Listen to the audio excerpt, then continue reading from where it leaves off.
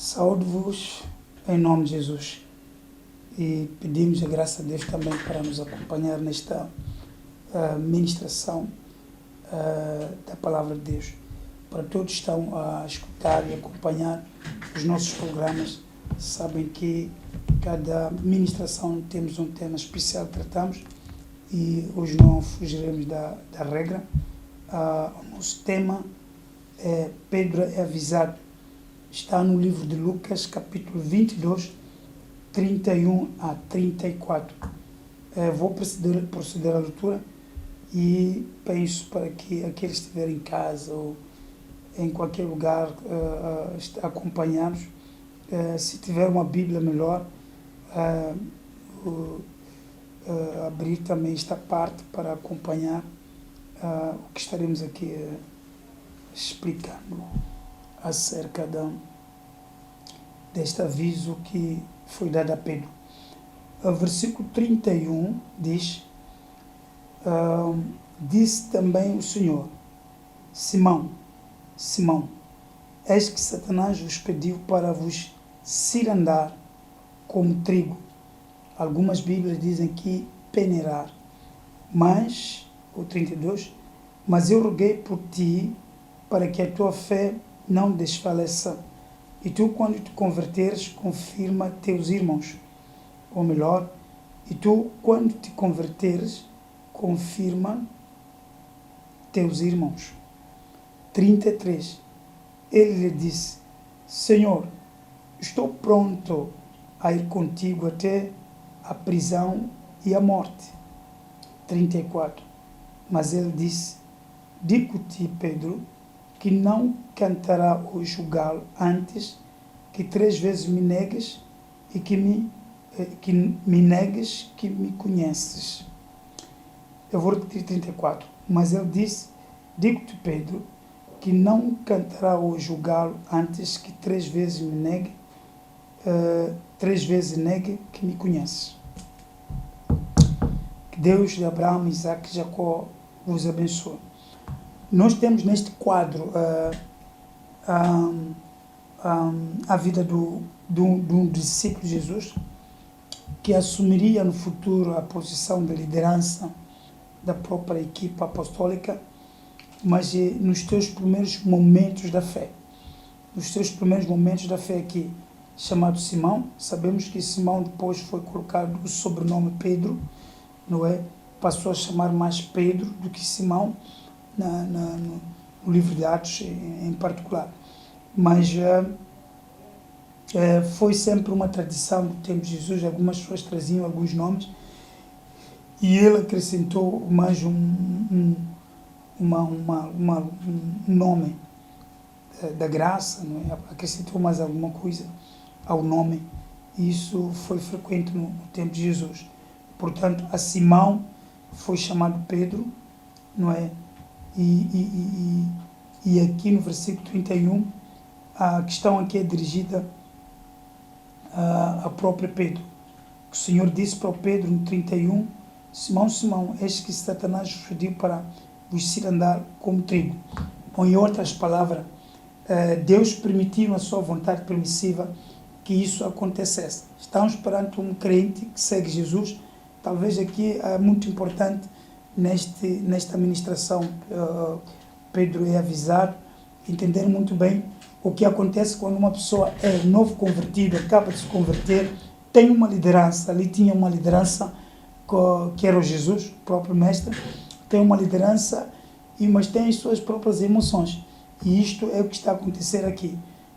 O Senhor dirigiu-se ao Simão e diz que Deus, aliás, Satanás, havia pedido para os cirandar ou peneirar a eles. Em outras palavras, se Jesus está a dizer que Satanás pediu para vos cirandar, não é? Então é que esse pedido talvez foi aceito. É esta particularidade que eu costumo dizer de vontade permissiva. Foi aceito esse pedido. Muitas vezes Satanás vai pedir diante de Deus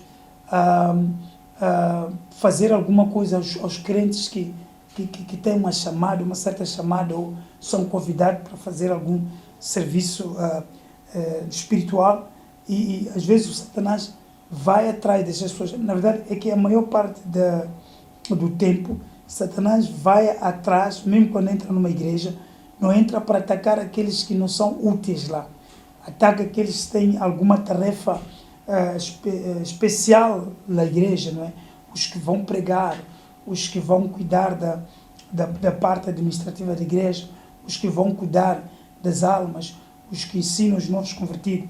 Então aqui a Bíblia diz que Satanás pediu para cirandar Pedro e toda aquela equipa apostólica dos apóstolos. Eis que Satanás vos pediu para vos cirandar como trigo. Portanto, pediu.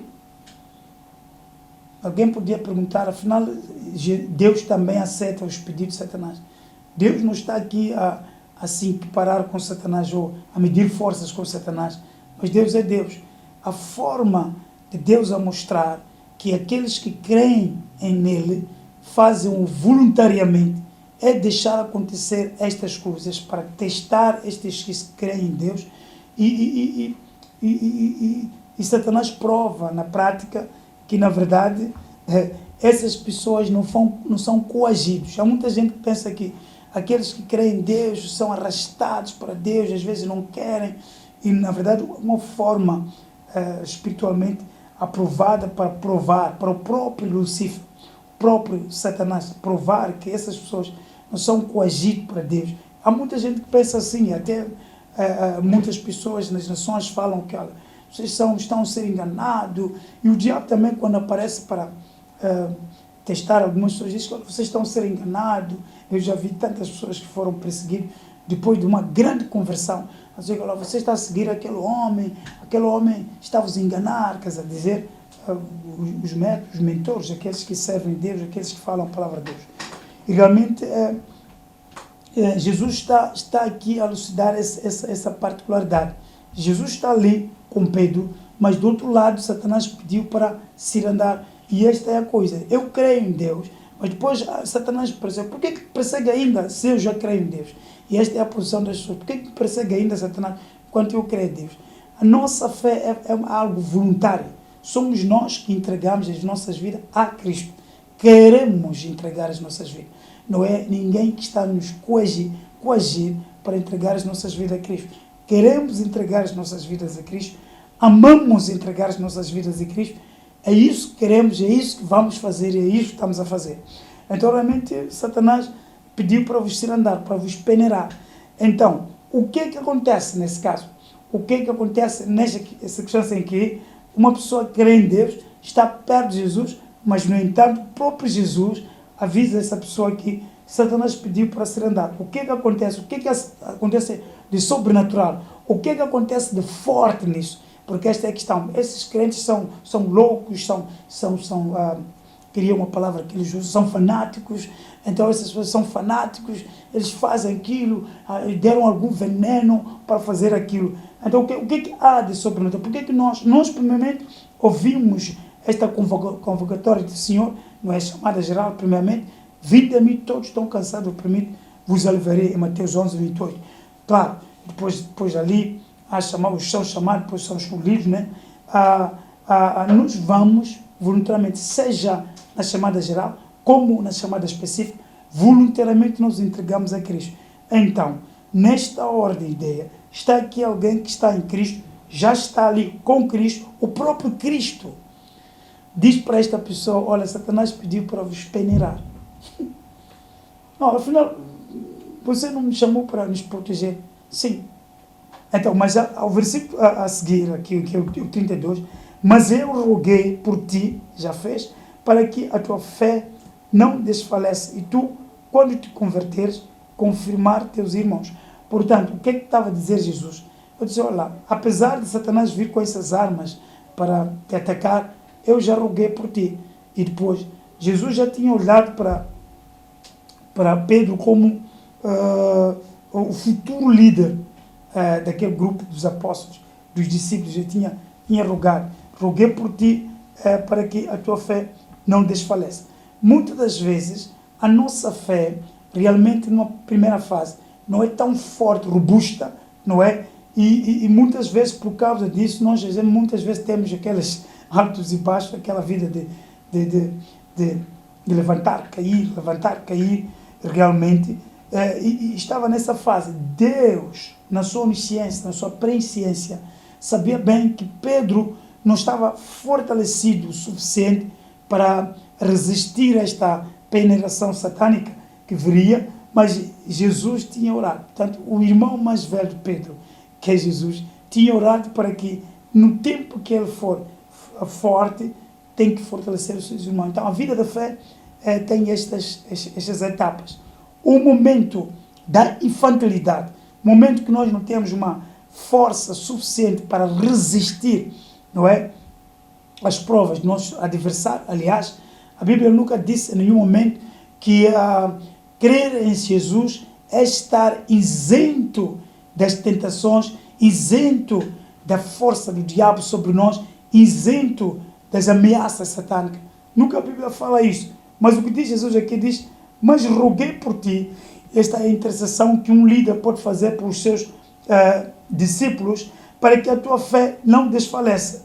E depois tem aqui, depois que diz Jesus: e tu, quando te converteres, confirma teus irmãos. Afinal, a pergunta é, afinal não estava convertido? Estamos a dizer que a conversão tem faces. Afinal não estava convertido Pedro.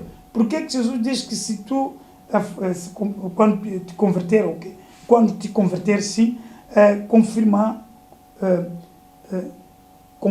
teus irmãos. Quando te confirma os teus irmãos. Ou melhor, confirmar, ajudar os seus irmãos, fortalecer os seus irmãos depois da conversão. Então não estava convertido. Como é que Jesus falaria com uma pessoa que não está convertida? Estava convertido, mas não tinha, deixa de dizer isto, não tinha maturidade suficiente para confirmar os seus irmãos, porque ele mesmo sofria de emoções infantis. Veja só aqui o que é que está dizendo no 33. Ele lhe disse: Senhor, eu estou pronto a ir contigo até a prisão e a morte. São coisas que não iam acontecer da parte de Pedro. E Jesus nem precisava disso.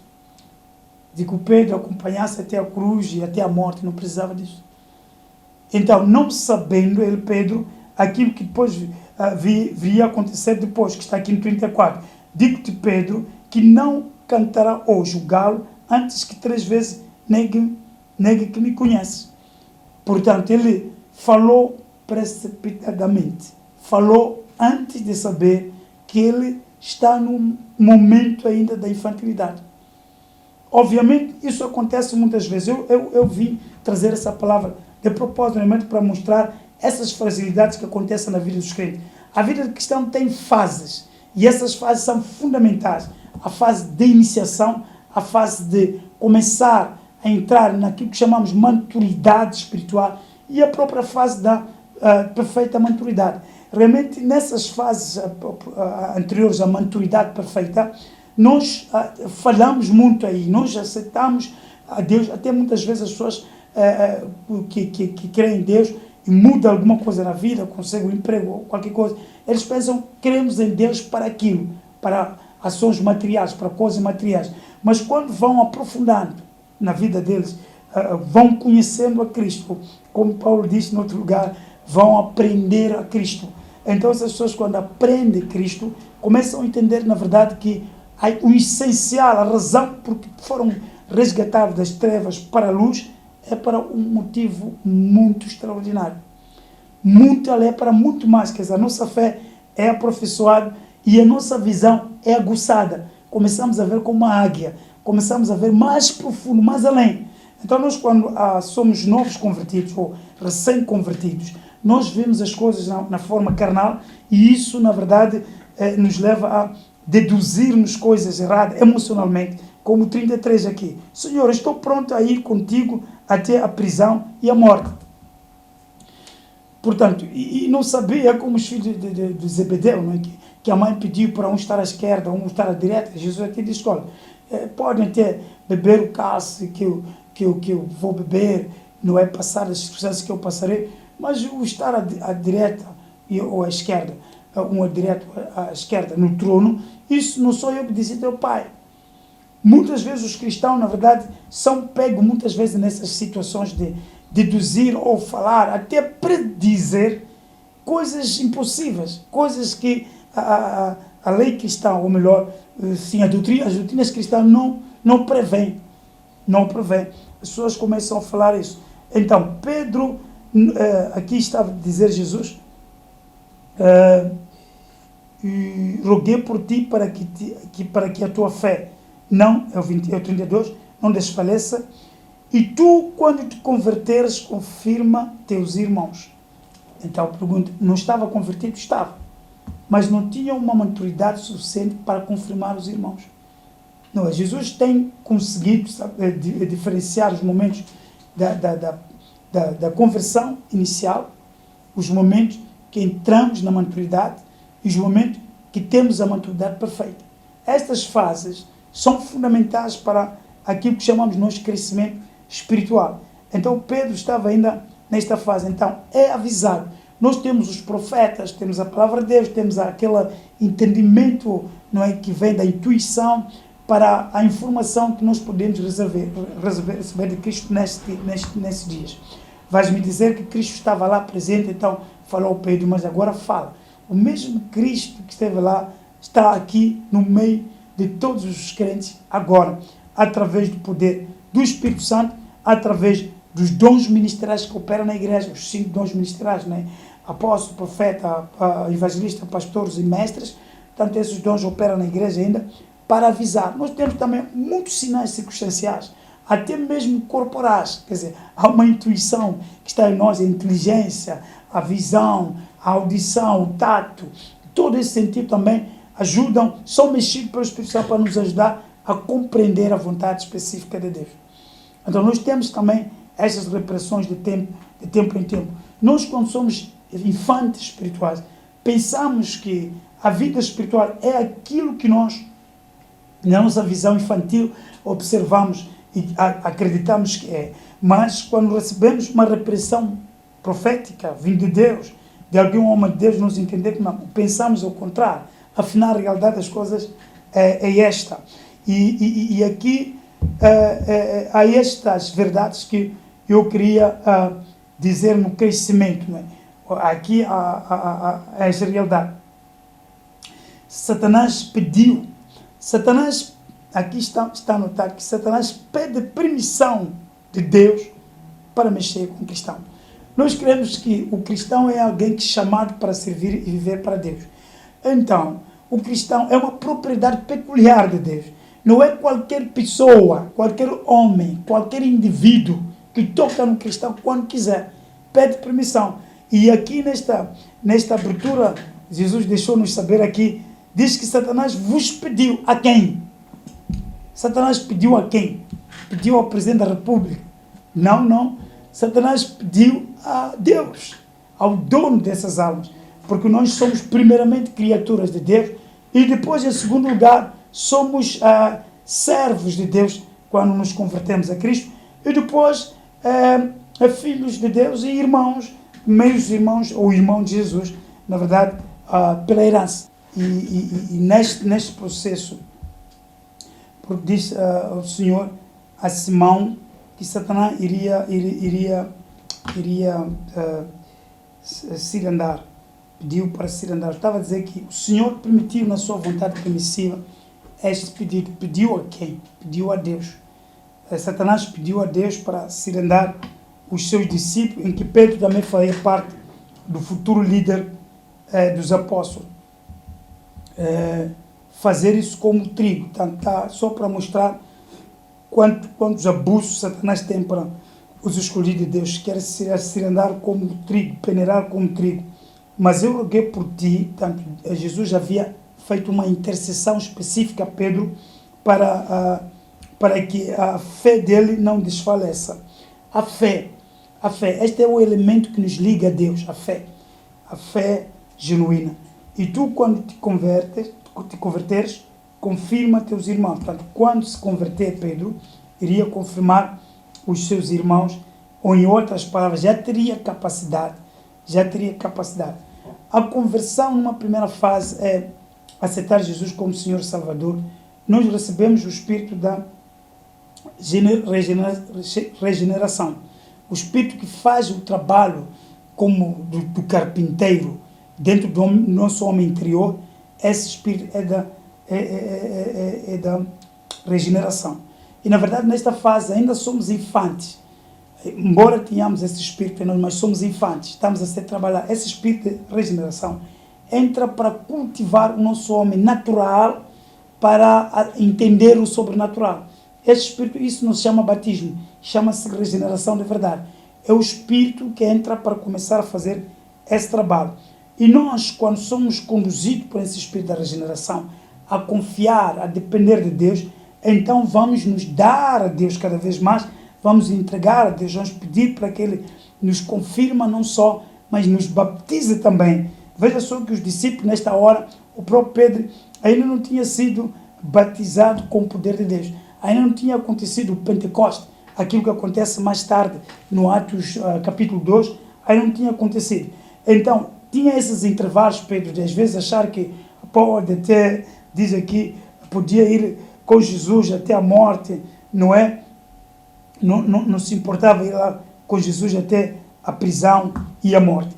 E este é o pensamento de uma pessoa que ainda está salvo, tem o Espírito de Deus, que faz o trabalho de regeneração, mas ainda não foi batizado, ainda pelo poder de Deus, pelo Espírito de Deus, para na verdade saber dizer a coisa certa no tempo certo.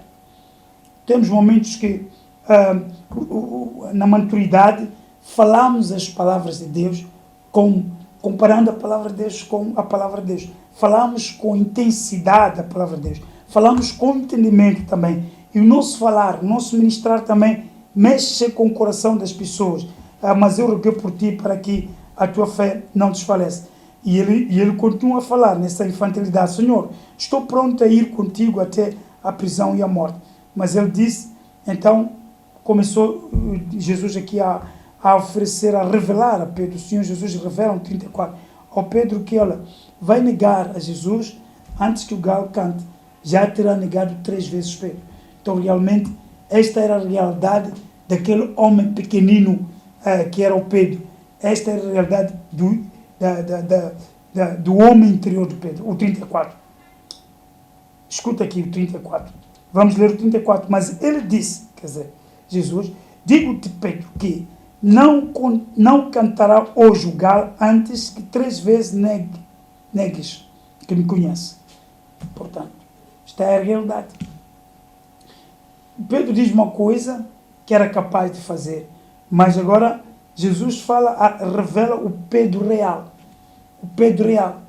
Nós, quando estamos nesta fase da infantilidade espiritual, julgamos pelas emoções, pensamos na carne, que é isto podemos, aquilo podemos. Mas quando nós começamos a crescer intensamente, estamos a atingir a perfeição da maturidade, portanto, através do próprio Espírito Santo, nós começamos a entender que, afinal de contas, nós não somos aquilo que pensamos que somos. Então, não somos tão fortes, não podemos fazer muitas coisas sem Ele. E aqui, então, Jesus estava a dizer, porque ainda vai acontecer esse episódio de tu me negares. É mais ou menos o que Jesus estava a dizer. Não é? Digo-te, tanto esta palavra firme que Jesus está a falar. Jesus não é um homem para mentir, nem filho do homem para mentir. Portanto, digo-te que antes que o galo cantar uma vez, vai me negar 3 vezes antes do galo cantar. E fez isso, e realmente quando nós vemos na cruz, vimos que o próprio Pedro negou Jesus 3 vezes, depois o galo cantou. Então realmente Pedro ainda não era aquilo que era, portanto, é avisado. É avisado. Há muita gente que precisa ser avisado, porque a precipitação espiritual é fatal. Uma pessoa, por exemplo, que não tem aviso, anda a montar essas precipitações, pode criar também o que acontece agora, uma religião falsa, uma religião sem uma ideologia doutrinária correta, porque realmente ele pensa que tudo aquilo que sente nas emoções é a realidade. Há tanta gente que sente muito agora, eu sonhei, eu pensei, eu imaginei, mas a verdade verdadeira é esta que sai da boca do Senhor Jesus. Ele é a palavra viva, Ele é a palavra viva. Então, resumindo, o que é que nós aprendemos com essa matéria? Primeiro aprendemos que quando nós aceitamos o Senhor Jesus, e na primeira fase, nós estamos suficientemente preparados para compreender as coisas profundas de Deus como elas são. Mas nós temos nos alimentado de leite da palavra para crescer. 2, nós aprendemos que precisamos de ser cautelosos naquilo que fazemos na fase da infantilidade, no que dizemos, no que fazemos, na fase da infantilidade. 3, nós aprendemos aqui também que Deus, às vezes, nessa fase, ou nas outras fases subsequentes, deixa Satanás, permite Satanás. Isto eu chamo de vontade permissiva. Já disse numa outra ministração que a vontade permissiva de Deus não é bênção. A vontade permissiva é um teste. É como alguém atravessando o deserto. É um teste. Então, na vontade permissiva, Satanás vai rogar a Deus para cirandar este novo convertido, que está em Cristo. As pessoas pensam que são tentados aqueles que não estão em Cristo, são tentados aqueles que não estão em Cristo, não estão a ser atentados porque estão fora de Cristo. São tentados aqueles que já deram passo da fé. Então, esta tentação, pedir para você andar como trigo, tá? Como trigo, ou peneirar, se quiser essa expressão mais comum, peneirar. Mas eu roguei por ti para que a tua fé não desfaleça. Então, outra lição que aprendemos aqui é que, fora de este pedido, que é o segundo ponto, o terceiro ponto aqui é que o Senhor intercede por nós. Mas isso é uma pura verdade. Que em toda a Bíblia nós entendemos que o Senhor, aqui na glória, mesmo antes de estar na glória, intercedia sempre pelos seus. E temos esta vantagem de que Deus intercede por nós. Eu costumo dizer que um crente obediente, ele é muito forte. Satanás tem dificuldade de arrebatar ou destruir esse crente, porque é obediente primeiro aos seus líderes locais, homens que lideram a igreja onde está. Tem a liderança local, tem a liderança do próprio Deus, tem a liderança espiritual pessoal. Quer dizer, primeiro ele recebeu o Espírito de Deus também, que fala nele. Tem a liderança espiritual, que é o líder, o pastor local, que tem. Depois tem Deus na glória, que é através do Senhor Jesus Cristo. Então este crente tem 2 braços dele, 2 braços do líder, 2 braços de Deus. Tem 6 braços. É difícil Satanás derrubar uma pessoa assim. Um crente está a falar aqui do crente obediente. Porque Jesus disse que eu roguei a Deus, não é? Eu roguei por ti para que a tua fé não desfaleça. Então Pedro, nessa infantilidade, tinha recebido o Espírito da regeneração, mas ainda tinha esta infantilidade e tinha a intercessão do líder aqui é Jesus, neste caso, tinha a intercessão do líder aqui. É Jesus que representa Deus também. Então, e depois a segurança desse crente fica muito forte. E ele disse: Senhor, estou pronto a ir contigo. Tanto estas emoções falaram mais alto, mas Jesus mais tarde também mostrou que aquilo eram simples emoções, porque antes do gato cantar 3 vezes vai rejeitar Jesus. Louvado seja Deus. Então essas lições nos ensinam a sermos pacientes e também sábios em relação às emoções e o conhecimento que estamos a receber gradualmente. O conhecimento de Deus é gradual. Já vou terminar. É gradual. Então aqueles que recebem o conhecimento de Deus devem também perceber que as coisas de Deus vão acontecer gradualmente, segundo a vontade específica de Deus. Que Deus de Abraão, Isaac e Jacó vos abençoe. Aqui Pedro é avisado, então o irmão é avisado também. Não corra, vai devagar. Observa aquilo que a tua liderança diz acerca do próprio Satanás. Os líderes são pessoas experimentadas. Eles sabem o que pode acontecer para o novo convertido. Lógico, o Pedro tinha que ouvir o seu líder ali. E depois foi o aviso mesmo do próprio líder. Olha, Satanás pediu para vos cirandar. Pediu. Satanás pediu. Era um aviso. Muitas vezes as pessoas discutem com os líderes. Não, mas aquilo está a dizer, ele está a me rogar pragas. Parecia rogar praga, né? Jesus dizer para Pedro que Satanás pediu para vos cirandar como trigo. Mas eu roguei por ti. Então, também para os outros também, mas aqui estava a falar especificamente para Pedro. Roguei por ti. Então, não, aquele pastor não é bom pastor, está a dizer que Satanás pediu, Satanás não tem poder, Satanás não é nada. Quer dizer, muita gente até tem falado que Satanás não é nada. Se não é nada, então por que toda a Bíblia fala de Satanás? Se não é nada, Satanás, por que... Satanás é um adversário de Deus direto, com capacidade para perturbar algumas coisas de Deus. Tem capacidade. E aqui Jesus estava a dizer que, olha, até pediu para vos cirandar. Pediu para vos cirandar. Há uma crença religiosa, não é? De fanatismo, na verdade. As pessoas pensaram que, não, tem Jesus. É o próprio Jesus que está a avisar Pedro que, olha, pediram para te cirandar. Senão nós não teríamos tantas dificuldades se estamos em Jesus, então Jesus é todo poderoso. Não temos dificuldades, Senhor. Temos que aprender a acreditar, a termos fé, a depositarmos a nossa fé e crermos que as coisas vão acontecer por causa da graça de Deus. Mas nós temos que saber que também nesta terra teremos aflições. E disse no outro lugar, no mundo tereis aflições, mas tende bom ânimo, porque venci o mundo. Que Deus de Abraão, Isaac e Jacó vos abençoe ricamente.